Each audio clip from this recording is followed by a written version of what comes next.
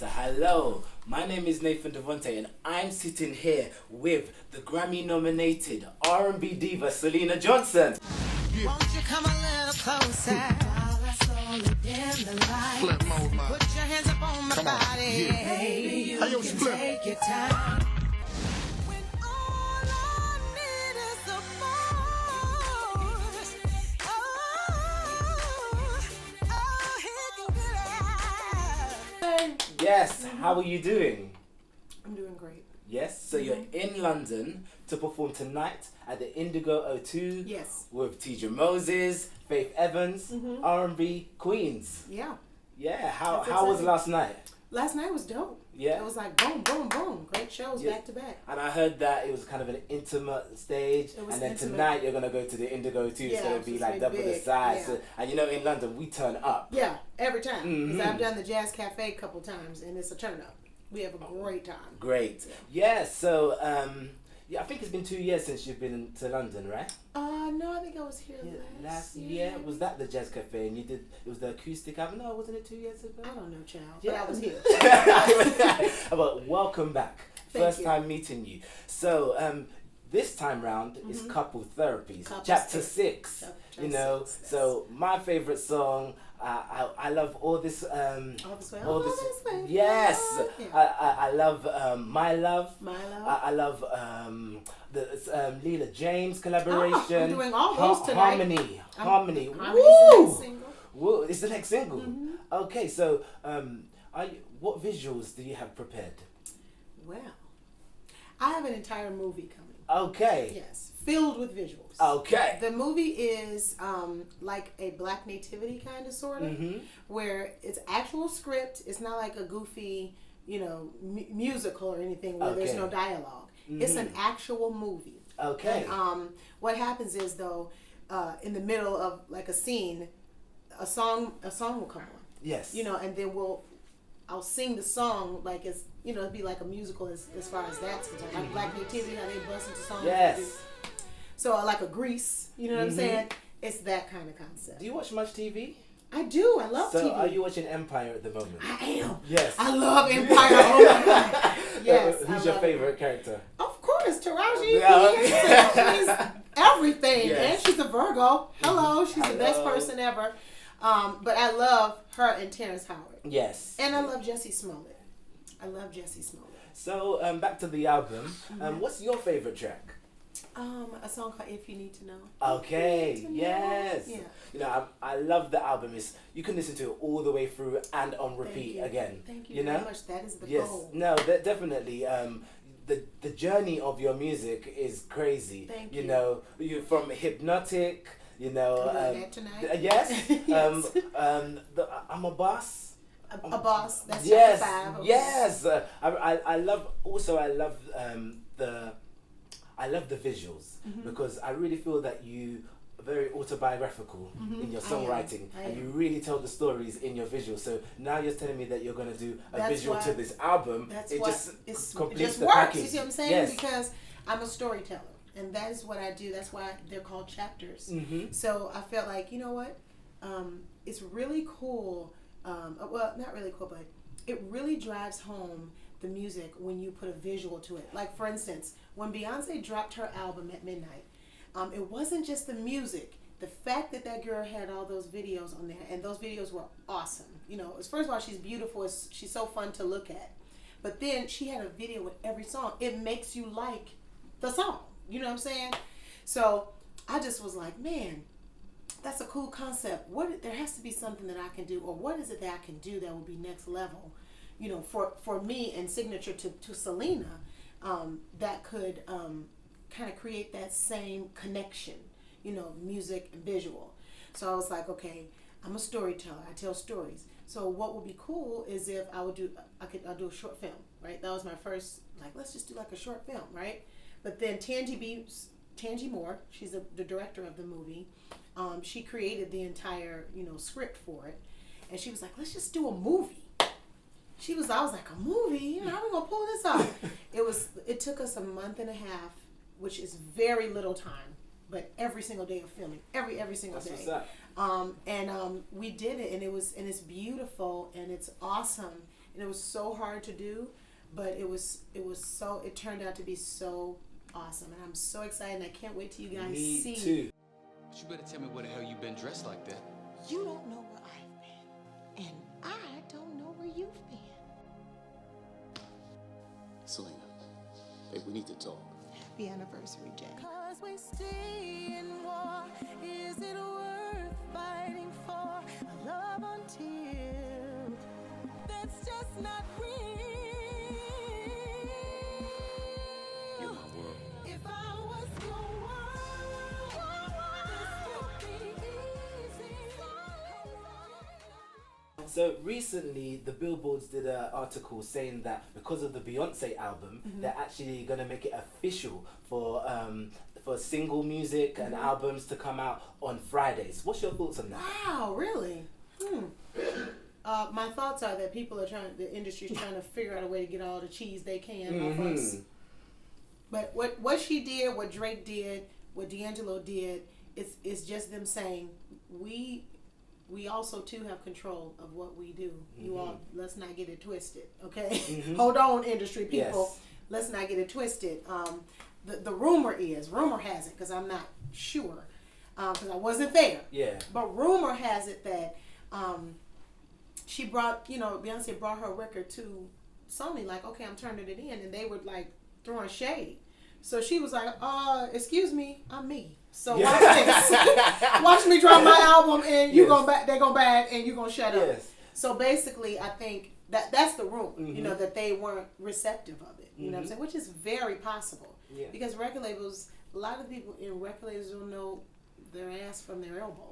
As far as when it comes to music, and they're very afraid because they don't want to lose money and they don't want to miss the mark because they put a lot of money into these projects, and then if they flop, the industry is so, the music business right now is so, you don't know. You don't know anymore. You don't know anything. Yeah. You don't know whether it's going to do well or not. You know what I'm saying? But it's because they lack faith in artists. They only have their faith in the dollar. They don't have the faith in the artists. I mean, I want to start talking about reality TV, but before we do, let me get my Syleena, some people still don't know that it's you singing "All Falls Down" with Kanye West. You want to know what I honestly think? Tell me. They dumb because it says it on the thing. I don't know what to say. That's dumb. If you don't know who it is, go look it up. It's gonna say right there my name. With this week being Fashion Week, coming to the end of Fashion Week in London, we actually had Kanye West in London this week. Any collaboration tonight? Well, Kanye tried. Me and him, he called me for a Rick Ross record. You guys probably know it. It was his, like, one of his singles, his first singles. Over this last album. Okay. It was him, Big Sean, Yes. Kanye West, Yeah. and it was I Can Feel You, right? Well, that was supposed to be me on that hook. I had done several. Kanye called me in to do it in Atlanta. I did it. Then I flew to flew to LA for R&B Divas business because we were filming in LA. Then I had to come out of my filming a couple times to perfect it. And I mean, we were going back and forth. He was very passionate about me doing this hook. Yeah. And I got it to a point where it was the bomb, And because we had to keep doing it because it was a sample, and he wanted me to re-sing the sample just like All Falls Down. And but he had to keep fixing it because he didn't want it to be plagiarism, Okay. So I had to recreate it kind of like with All Falls Down a little bit. And I got it to this point, and then I was told, Rick Ross has a better relationship with Betty Wright, so we're gonna go with Betty Wright. Curtains. Which was weird, but I was just like, okay, whatever. And Kanye, I was told that he was very upset about that.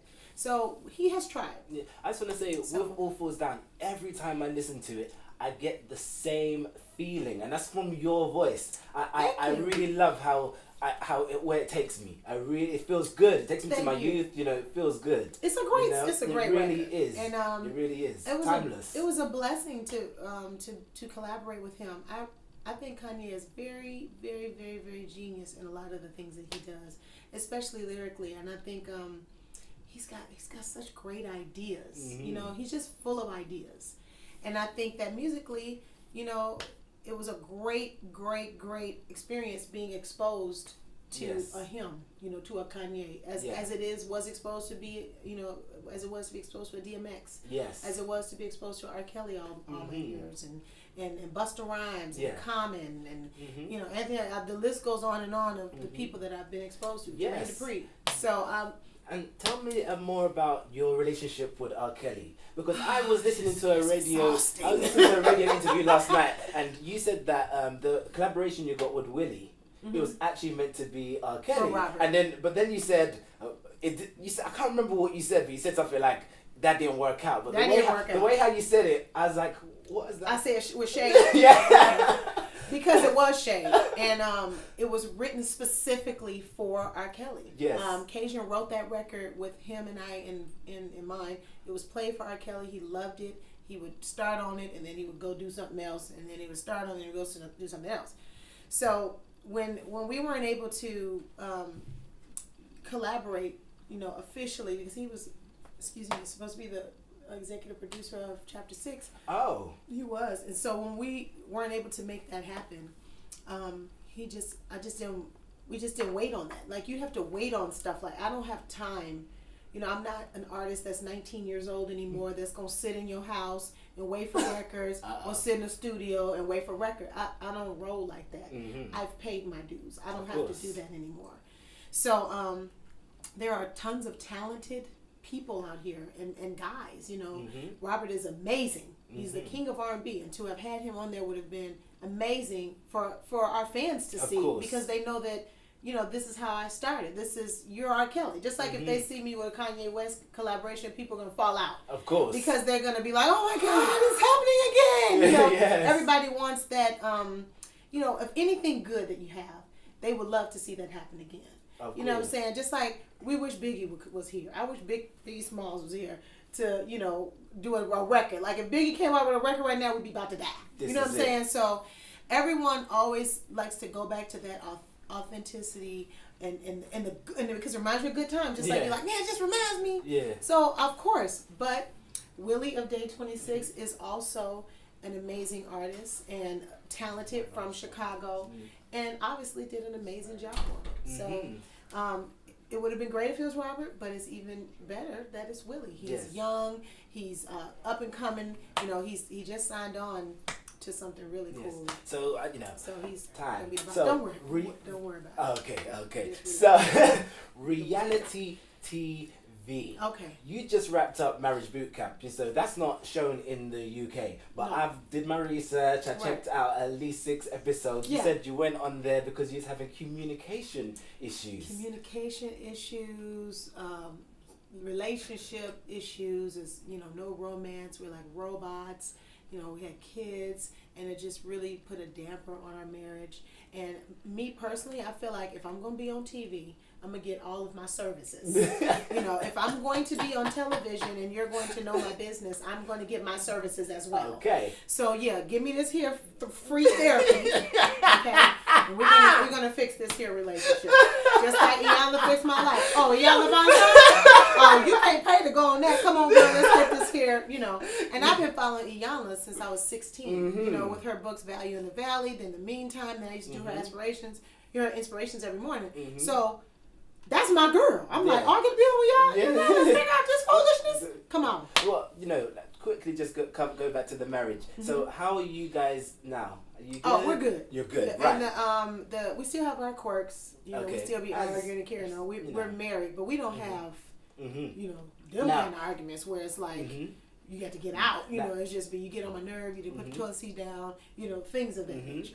Now with Ayana, I believe it was after season 2, and it came out like a couple of weeks after. I remember I called my friend up and I was like, Syleena Johnson's on Ayana, fix my life. So he came over to my house and we watched it together, and I've met that was really deep. It was deep. It was really deep. If we had real time, we could go real deep.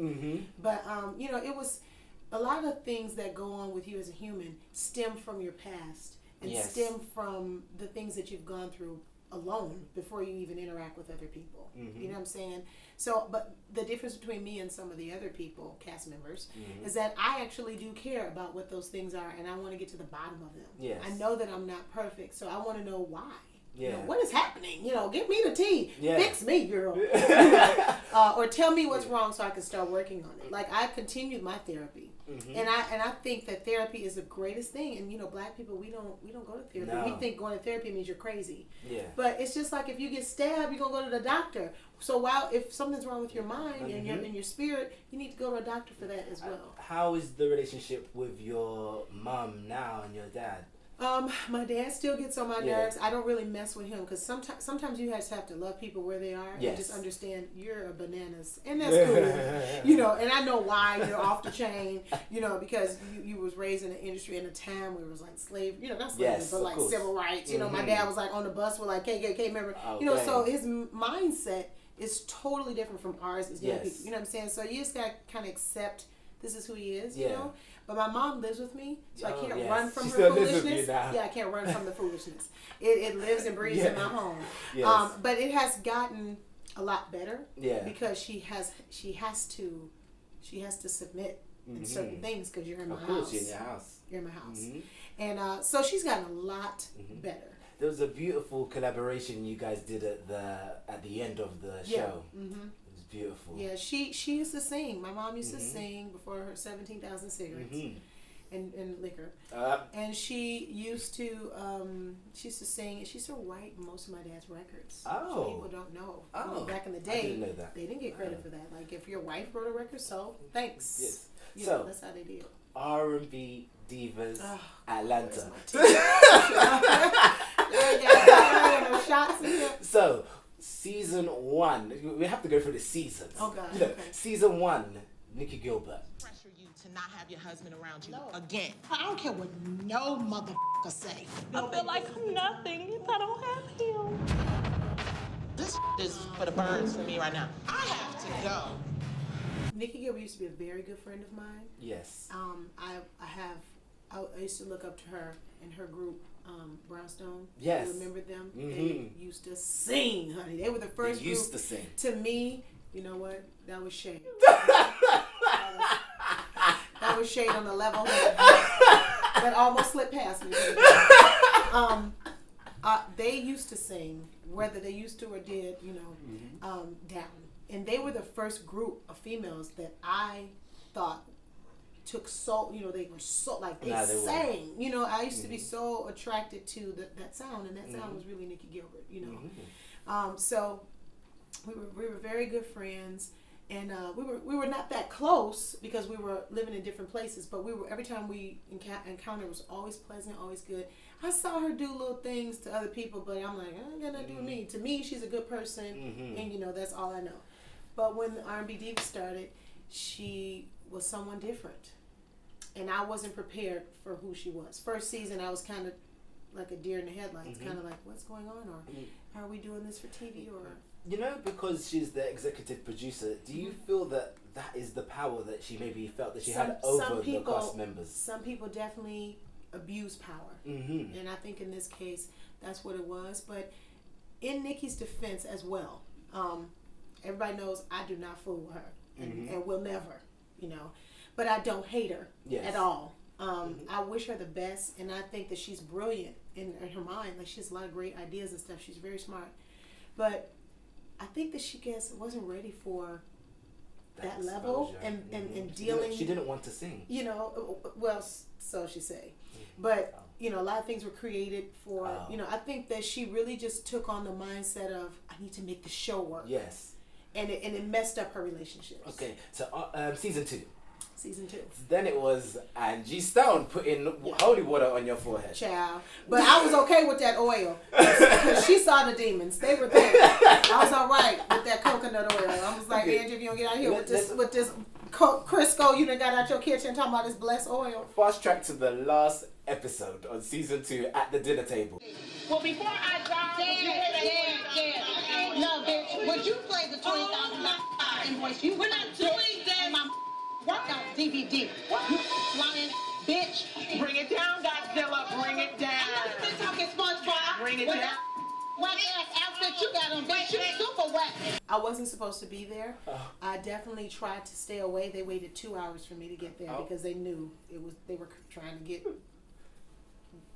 what they got. Mm-hmm. But that wasn't supposed to be one second. That wasn't supposed to be the way that you saw it. Mm-hmm. I didn't come there for that. I tried to be quiet the whole time. If you paid close attention, I was trying to be very quiet. I wasn't, and actually it started with Nicci and Angie, and it actually was Kiki started the whole thing. She's so bananas. So Kiki was drunk and started the whole thing on her own birthday, just a bananas. So they were arguing down there, and I don't like bullies. So I feel like Nicci was bullying Angie, and that's why I always used to take up for Angie, because I didn't appreciate that, But I didn't jump in. Angie's very capable of handling her own business. It's when Nicci came at me, I didn't say nothing to them.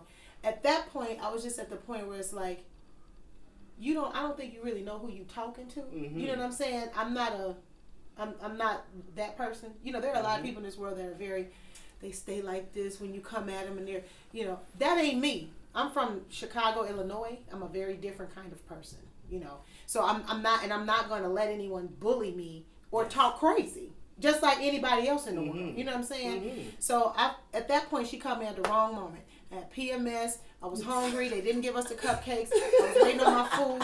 Me and Monifa was kicking each other under the table like, you be quiet. No, you be quiet. We both wanted to say something, but we was like, because she was going to say something to Kiki. I was like, no. And then I was going to say something, and she was like, you better not say nothing. So we were trying very hard to just chill. Mm-hmm.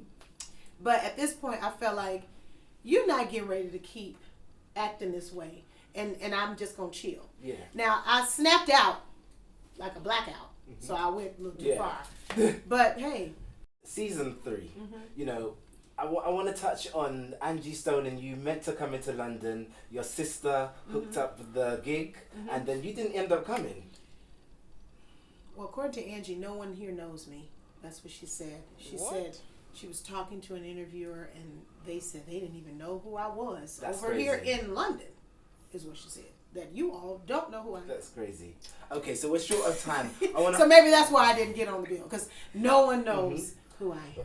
I want to know about according to Angie Stone. I want to know about a season 4 or a finale season of R&B Divas. I don't know what they're doing, and that's the honest to God truth.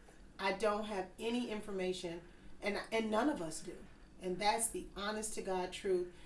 We're not holding anything in, and that's actually ridiculous, because they've not even reached out to us to say anything. So that's actually rude, I think. But who knows? I love the brand. I love R&B Divas, especially ATL. We argue, we fight, but we don't jump over tables. We don't spit in each other's faces. We'll cut you out, but we're not going to be ridiculous. Yes. And it's really, I just really would like to see it come back and be all about the music. And your thoughts on the R&B Divas LA, the new members? People think that the new members are weird, but I can't speak on them because I've never heard of them. Oh, right. But I have heard a little. Actually, I have heard of the group Brave. But I wasn't. They were not Brave. Girls. Rich Girls. I've heard of the group Rich Girls. But I didn't know the people. Yes. I barely knew 7th Streeter, and that's just real talk. But 7th Streeter's pretty big. You know what I'm saying? They're a lot younger. They're a lot. I don't watch the show that much, not because I don't like it, because I love Leela James. That's one of my best friends. You collaborated with her, so I love Leela James, and I love Lil Mo. Lil Mo is so funny. She's one of my favorite characters on there. Yes. And Shantae's beautiful, and Chrisette's talented. Yes. So, and I loved Claudette. I wish they wouldn't have got rid of Claudette. They got rid of Claudette? They did. She's not on there anymore. I don't know. So, I do love LA. I like the cast. But I don't know these women enough to speak on them. Some people are upset with them because they don't feel like they're compatible, but you don't know people's journey. You don't know. So I've got one more question and a quick fire round, and then we're out.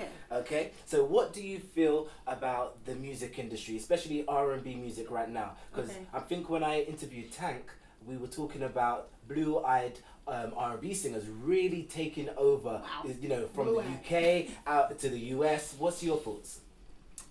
The ones in the UK I can give, and I'm not just saying this because I'm in the UK, but the ones in the UK, like the Sam Smith and Adele's, here, this is what they know. This is, soul music is what they know. This is what they come from. So you can't be mad at them because that's the music that they know and they grew up listening to. Because Sorry, they like R&B music here. Yeah. Oh well, you know what I'm saying? Don't be mad at them because that's what they know. Yeah. However, it's not their fault. It's the industry's fault on how they'll showcase that. Yes. You know, in America, but we've been doing that for years. And then if we say something about it, it looks like we're throwing a tantrum. When the truth is, it's wrong. You know what I'm saying? You need to showcase everybody like that then. You know what I'm saying? That we've been doing that for years and have been getting snubbed for Grammys and all kinds of stuff. Mm-hmm. You know, I've never, in all of my, since I let's say from 2001 when I came out, what's that? 14 years of albums. I've never been nominated for a Grammy by myself. Yes. You know what I'm saying? And I find that unfortunate, you know, because I've really put in great material as well. Definitely. Just as the next person. Definitely. I'm not sitting around going and writing blogs about it. I don't, you know, it's not that deep. Yeah. But I do see the difference, you know, like, dang, well, this person just came out of nowhere and just turned up, you know. But you have to understand it's politics. Yeah. It's politics. How has the reality TV boosted your career in terms of exposing? It's just allowed me to be able to perform more. Yes. Because unfortunately, our network did not take advantage of what they had. Mm-hmm. You know, they just really. Where's that tour? Where is that R&B Divas tour? You know what? If TV One had done like American Idol, where they automatically put you on tour, it would have been great. That's what they should have done. They could have created a label. They could have done all kinds of cool things. They're tied to Radio 1. They own Radio 1. So clearly, you know. So now we've got to do a quick fire round. Yeah, let's do the fire round. Okay, so with this quick fire round, you've got to say the first thing that comes to your head. Uh-oh. What's your favorite drink? Red wine. So choose one. How to Get Away with Murder, Empire or Scandal? Empire. The most embarrassing thing that's happened to you on stage? Forget the words. Do you know about the Madonna performance this week? I did see her fall off that stage. And your thoughts? Well, you know, she had on a cape. And it looked like it got caught.